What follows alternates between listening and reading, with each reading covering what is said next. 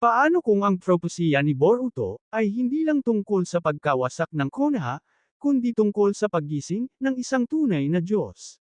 At paano kung ang pagbabalik ni Koaki ang magiging simula ng huling digmaan?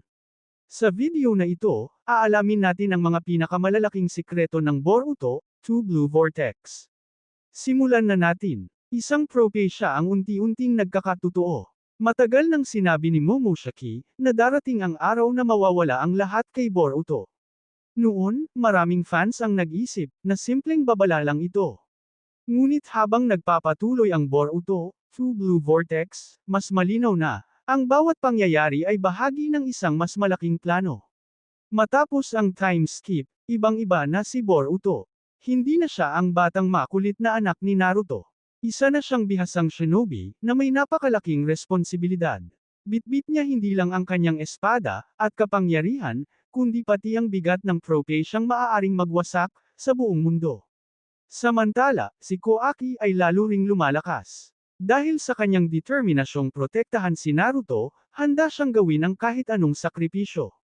Ngunit habang lumalakas siya, tila mas lumalayo rin siya sa dating layunin.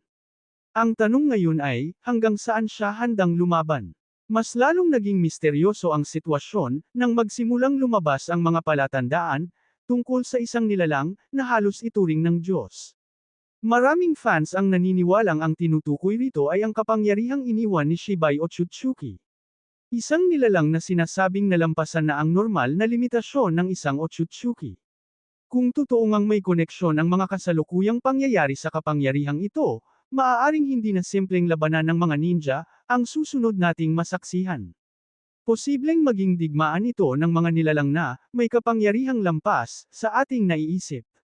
Habang sinusubukan ni Boruto na iligtas ang kanyang mga kaibigan, unti-unti rin niyang tinatanggap ang katotohanan, maaaring siya mismo ang maging susi sa hinaharap ng mundo.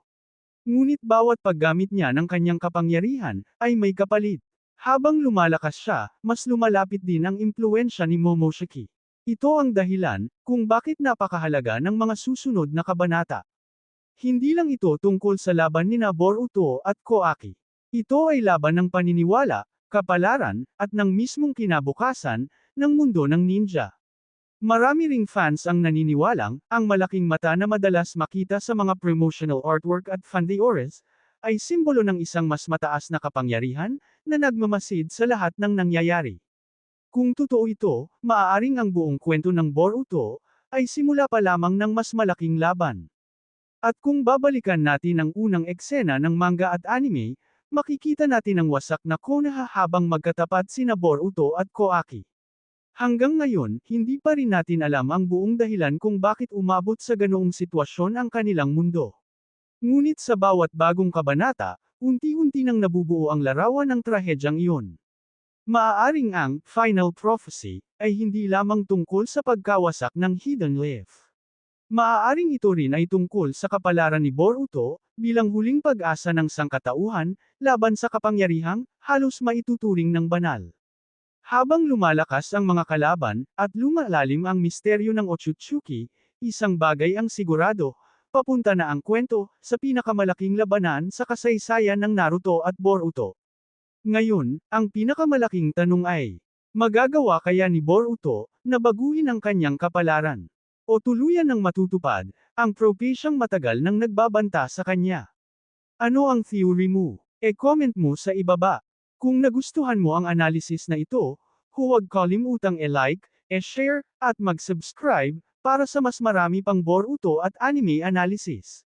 Maraming salamat sa inyong panunood, at magkita-kita tayo sa susunod na video.